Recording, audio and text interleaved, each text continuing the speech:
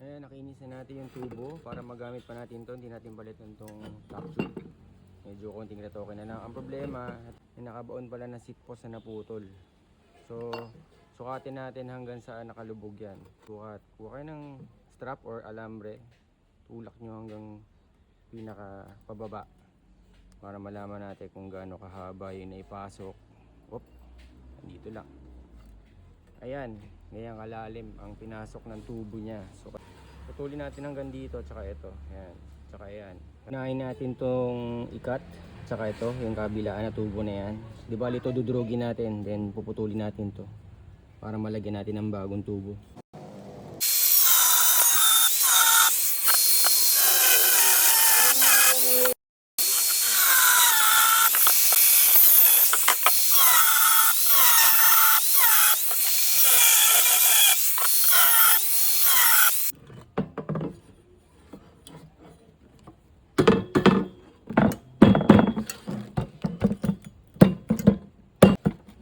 So ayan, kalas na. Pwede na natin to iwalay na siya sa tubo.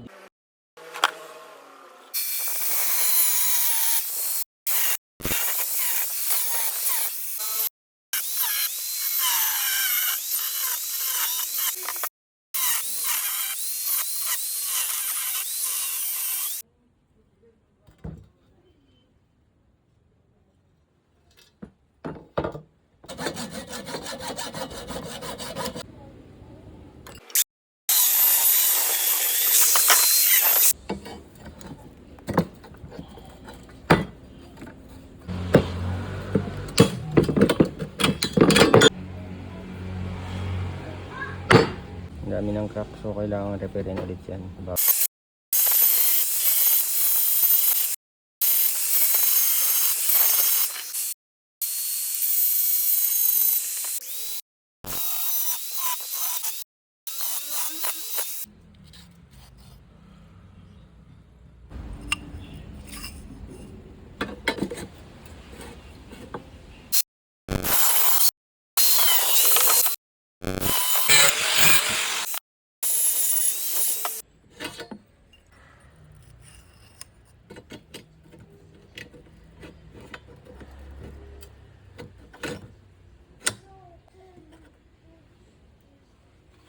Ito na yung hatch.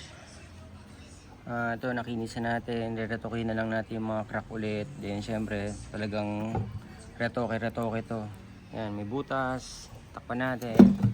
Ito ipapatig weld natin ulit. Then ito yan, tatakpan natin yan.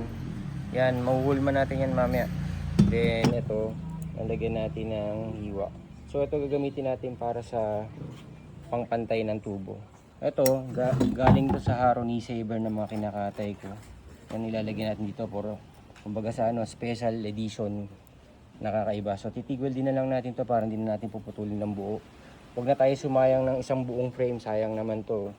So dapat kakatahin natin buong buo Ako nagbubuo ako ng bike, hindi ako kumakatay o sumisira ng buong frame.